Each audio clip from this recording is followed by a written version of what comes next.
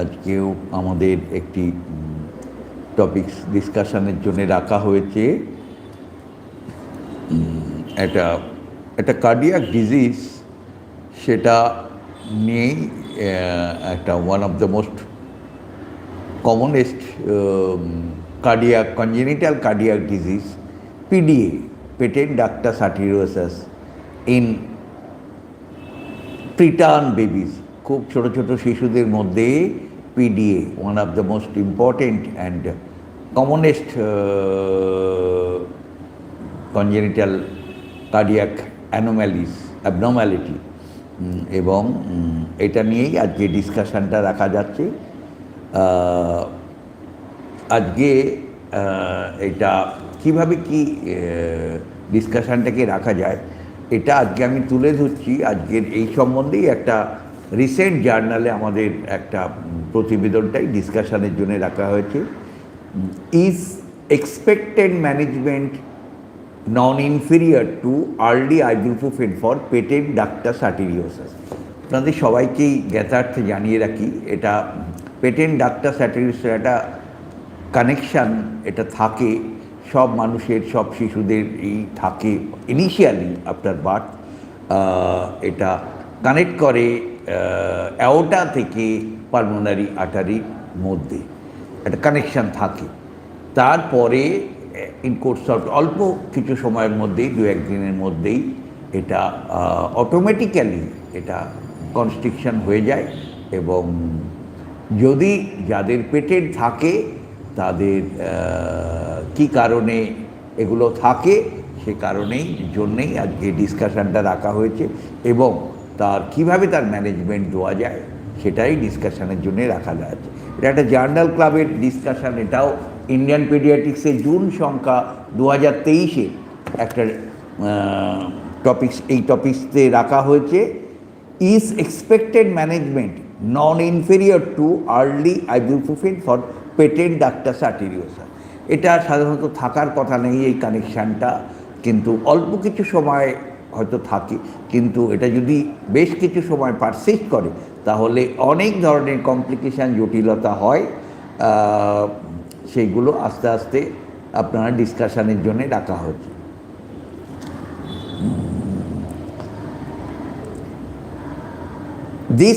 In this multicentric non-inferiority trial, একটা trial দিয়ে রিসার্চের একটা মেথোডোলজির মধ্যে এভাবে কিছু কিছু কেসের মধ্যে এই ধরনের কেস ট্রায়াল দিয়েছে। দেখা গেছে যে কিভাবে এর আর্লি ট্রিটমেন্টটা করা সম্ভব, সেইটার বিষয়ে একটা দ্বিমত রয়েছে। এবং প্রিটার্ন বেবিদের ইউজুয়ালি বেশ কিছু বা যত টার্মের নিচে আসবে, ডেলিভারি হবে, তত এই পেটেন্সিটা থাকে।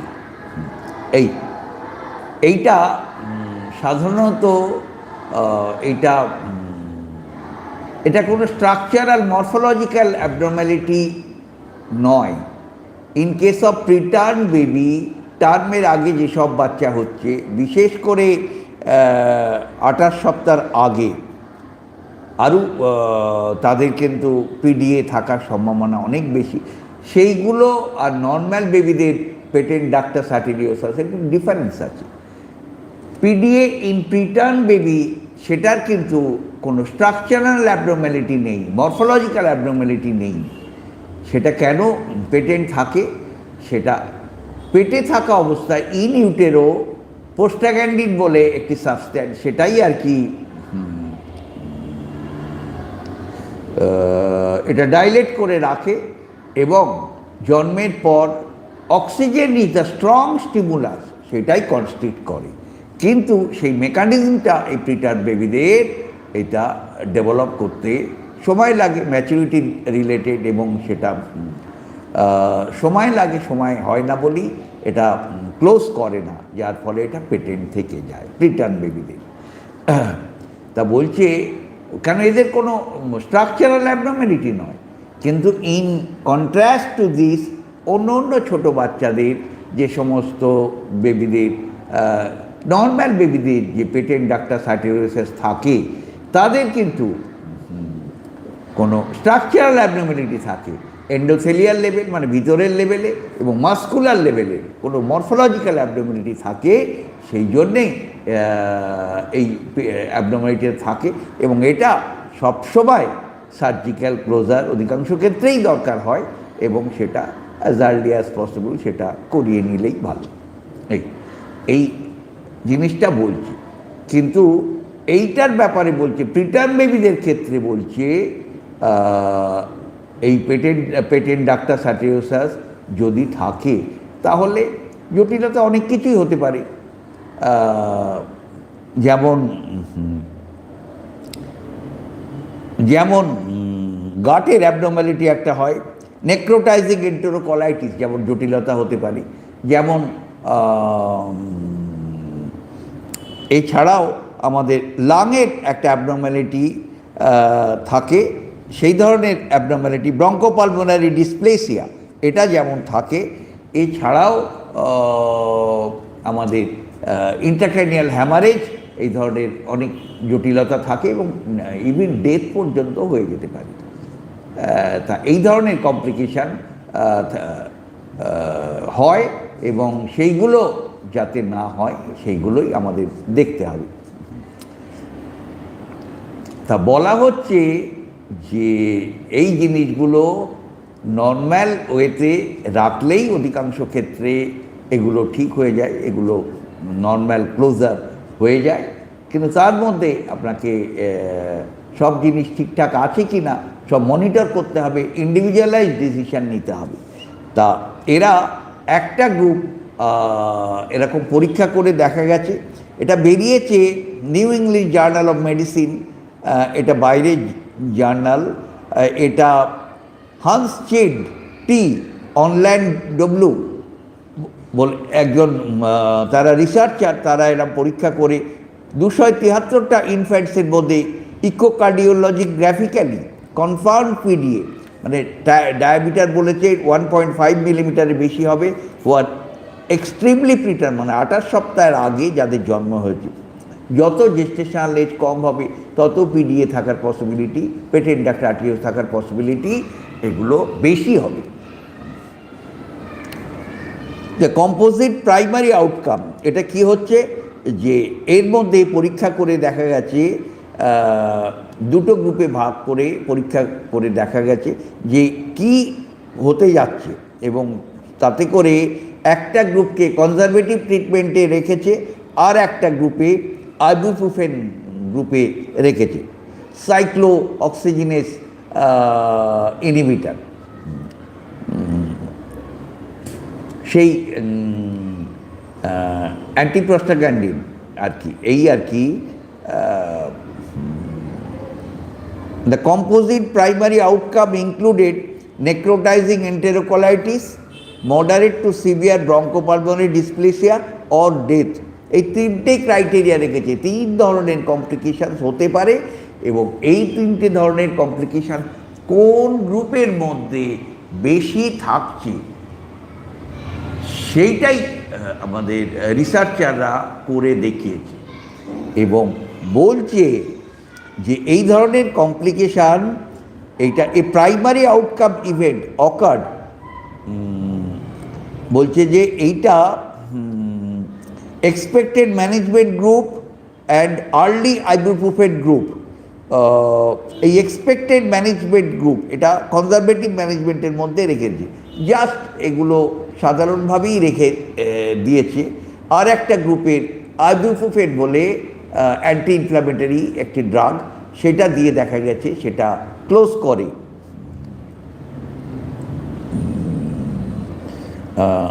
সেটা আর্লি আইবুপ্রোফেন গ্রুপে দেখা গেছে যে necrotising enterocolitis in expected management group এটা হয়েছে 15% in the early ibuprofen group, বলছে এনইসি 17% হয়েছে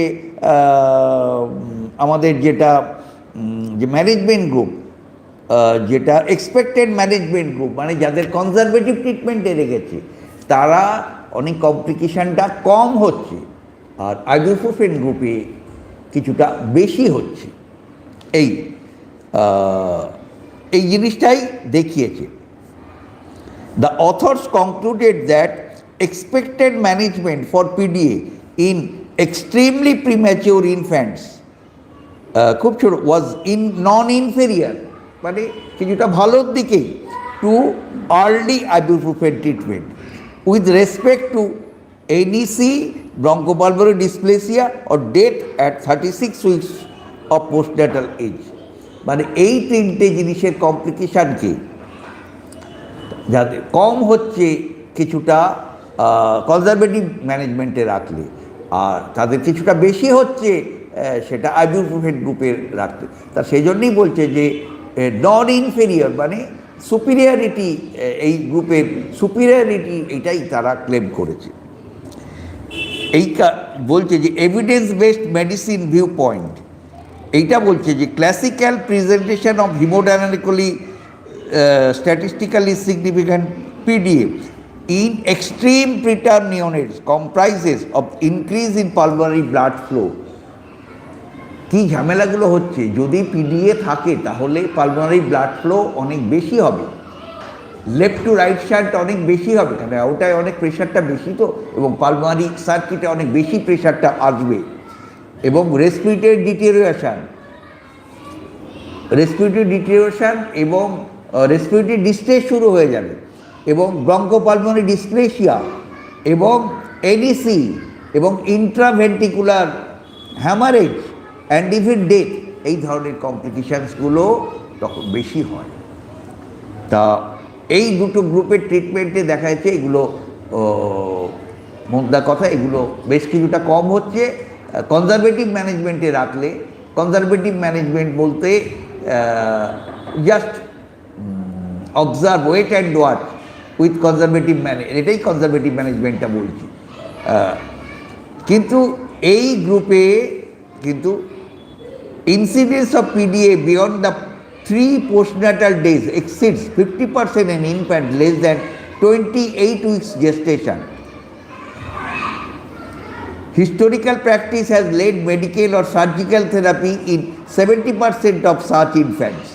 28 সপ্তাহ আগে historical practice has led to, বলছে এইটাই প্র্যাকটিস ছিল, has led to medical or surgical therapy in 70% of such infants, এইটাই রেওয়াজ ছিল। But this therapy have their own risk, surgical ligation এবং সার্জিক্যাল ইন্টারভেনশনের নিজস্ব একটা রিস্ক আছে। At the meta analysis evaluate outcomes of pharmacotherapy lack robustness to refute the role of expected management.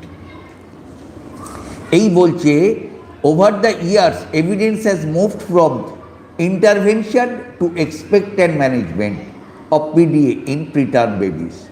মানে in course of time বলছে intervention to expected ম্যানেজমেন্টে চলে এসছে।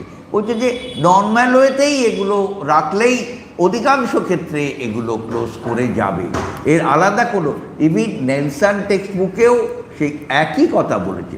কিন্তু এর মধ্যেও অবজার্ভ করতে হবে যদি কোনো বাচ্চা খারাপ হয়ে যায় ইমিডিয়েটলি তার ম্যানেজমেন্টের জন্য অন্য ইন্টারভেনশনের ব্যবস্থাও রেখে দিতে হবে। কিন্তু অধিকাংশ ক্ষেত্রে দেখা গেছে যে এইগুলো ক্লোজ করে যাচ্ছে। ইভিন মাইনার ট্রিটমেন্ট দিয়েও রাখলে হয়তো ফ্লুইড ডিপ্রাইভেশন, কিন্তু এগুলো করার কথা না। Conservative treatment is pure conservative, কোনো কিছু না করে জাস্ট অবজার্ভ করে। কিন্তু এখানে এই ট্রিটমেন্ট, এখানে রিসার্চের মধ্যে কিছু ফ্যালাসি দেখা দিয়েছে। এখানে এই কনজারভেটিভ ট্রিটমেন্টের মধ্যে বেশ কিছু ক্ষেত্রে ফ্লুইড রেস্ট্রিকশানস এবং ডায়াবেটিক্সও এরা ইউজ করেছে, যার ফলে এটা পিওর ফর্মে একেবারে যে রিসার্চটা করানো গেছে তা কিন্তু হয়নি। তেমনি কিন্তু এরা একটা এরা আউটকাম বার করেছে, সেই আউটকামে এরা দেখিয়েছে যে এই ধরনের কমপ্লিকেশানসগুলো ফার্স্ট গ্রুপে মানে কনজারভেটিভ ট্রিটমেন্টে বেশ কম হয়েছে এবং অনেকটাই বেশি হয়েছে আইবুপ্রোফেন গ্রুপের মধ্যে, এরা দেখিয়েছে। কিন্তু এর দুটো অসুবিধার মধ্যে দেখা গেছে যে স্যাম্পল সাইজ 273টা হলেও কিন্তু সেটাও এদের রিসার্চ স্টাডিতে একটু কম হয়ে গেছে। আর দ্বিতীয় কথা, এই কনজারভেটিভ ম্যানেজমেন্টের গ্রুপের মধ্যে অবজারভেশন ট্রিটমেন্টের মধ্যে বেশ কিছু ক্ষেত্রে এরা ডায়োরেটিক্স দিয়েছে এবং ল্যাসিক্স দিয়েছে, মানে ফ্লুইড ডিপ্রাইভ করিয়েছে। অতএব সেটা পিওর ফর্ম এটা না হলেও কিন্তু আউটকামটা দেখিয়েছে যে এই ধরনের জিনিস কিন্তু হচ্ছে। Primary outcome was a composite ADC, moderate to severe BPD and death at 36 weeks. এরা দেখিয়েছে যে বেশ কিছুটা কমই হচ্ছে।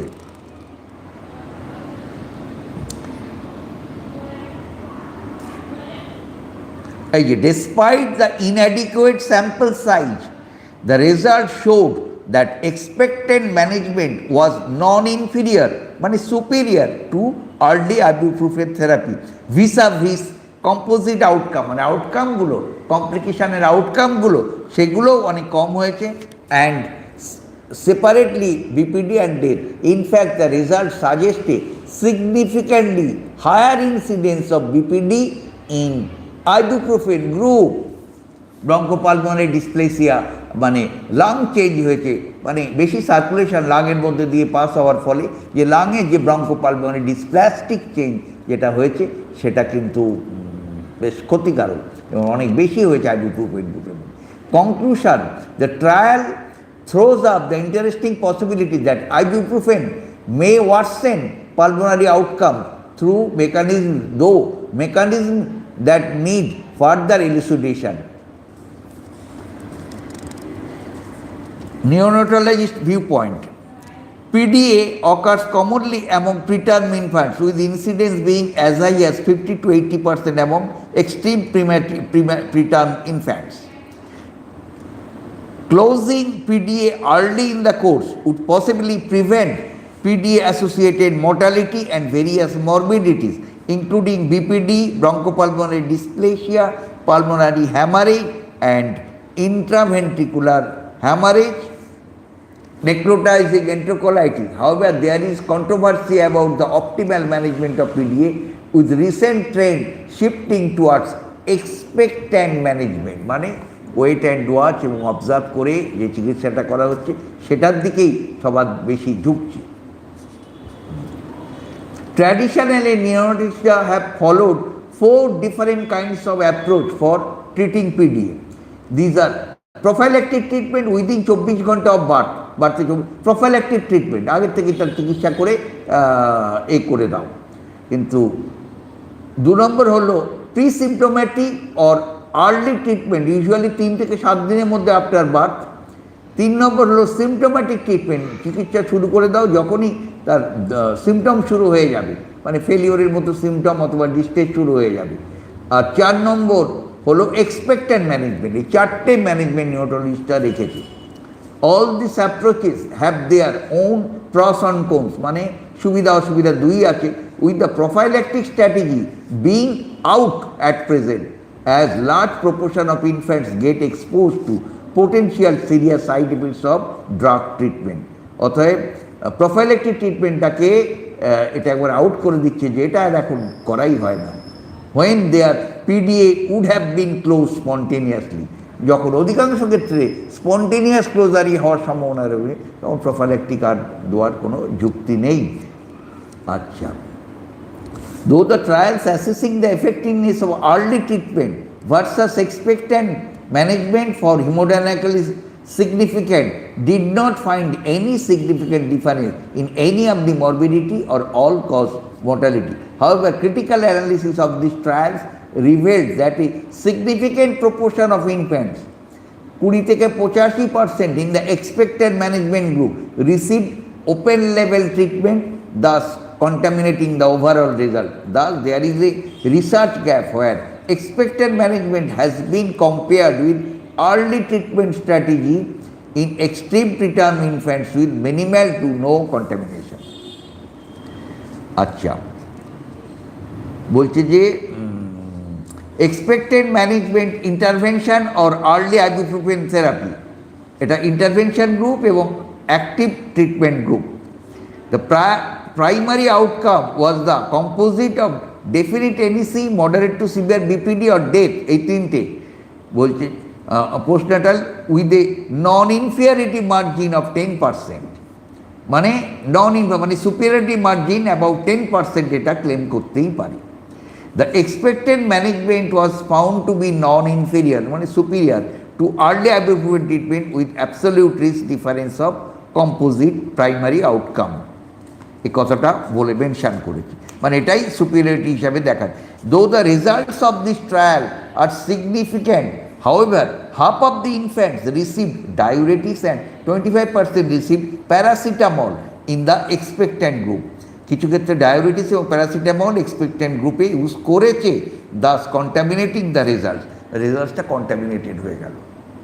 কারণ এটা তো জার্নাল ক্লাব, এটা ক্রিটিক্যাল অ্যানালিসিস করে দেখা যাচ্ছে যে রেজাল্টসটা কন্টামিনেটেড হয়ে যাচ্ছে। অতএব রেজাল্টসটা ওরা আউটকামটা দিলেও কিন্তু রেজাল্টসটা পুরোপুরি absolutely it may not be taken. Acha.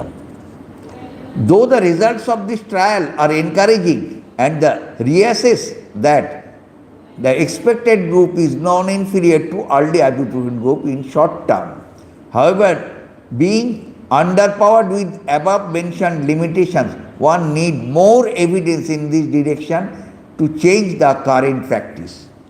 অতএব কারেন্ট প্র্যাকটিসটা চেঞ্জ করবার জন্যে যেটা দরকার সেটার জন্য আরও ট্রায়াল দেওয়া উচিত। আচ্ছা, এবার পেডিয়াট্রিশিয়ানস ভিউ পয়েন্ট কী বলছে? PDA is one of the most common congenital heart disease seen in neonates. Its incidence is inversely related to gestational. Definitely gestational এই যত কম হবে, যত টার্মের আগে ডেলিভারি হয়ে যাবে, তত পিডিএ থাকার সম্ভাবনা বেশি। Failure of closure of the ductus is seen, তার মানে আগেই বলেছি প্রিটার্মের ক্ষেত্রে যে পিডিএগুলো অধিকাংশ ক্ষেত্রে নর্মাল ক্লোজার হওয়ার সম্ভাবনাই বেশি, ওয়েট অ্যান্ড ওয়াচ অবজারভেশন করলেই ভালো। In contrast to that, term বেবিদের পিডিএ যেগুলো থাকছে হচ্ছে সেইগুলো কিন্তু অনেক ক্ষেত্রে রুবেলা রিলেটেডও পিডিএ হয়, এবং সেসব ক্ষেত্রেও কিন্তু যে এগুলো হয় এগুলো কিন্তু সার্জিক্যাল কারেকশান করলেই ভালো। সেগুলো কিন্তু মরফোলজিক্যালি সেগুলো অ্যাবনর্ম্যাল, মানে সেগুলো স্ট্রাকচারালি সেই স্ট্রাকচারগুলো সেগুলো অ্যাবনর্মালিটি রয়েছে। বললাম মিউকাস মেমব্রেনটা থাকে না, সেখানে মাস্কুলার লেভেল ডেফিসিয়েন্সি থাকে, অতএব সেইগুলো সার্জিক্যাল কারেকশান করতেই হবে, অতএব সেগুলো আলাদা ব্যাপার। কিন্তু প্রিটার্মের ক্ষেত্রে অধিকাংশ ক্ষেত্রে এটা বলছে যে এটা কনজারভেটিভ ম্যানেজমেন্ট রাখলেই ভালো। Prolonged rupture of membranes, sepsis, respiratory distress syndrome are some risk factors reported with the increased incidence of use of antenatal steroids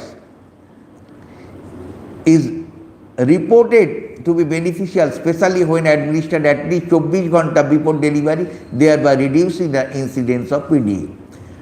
RDS কমায় এবং PDAও আলটিমেটলি সেখানে কমাবে।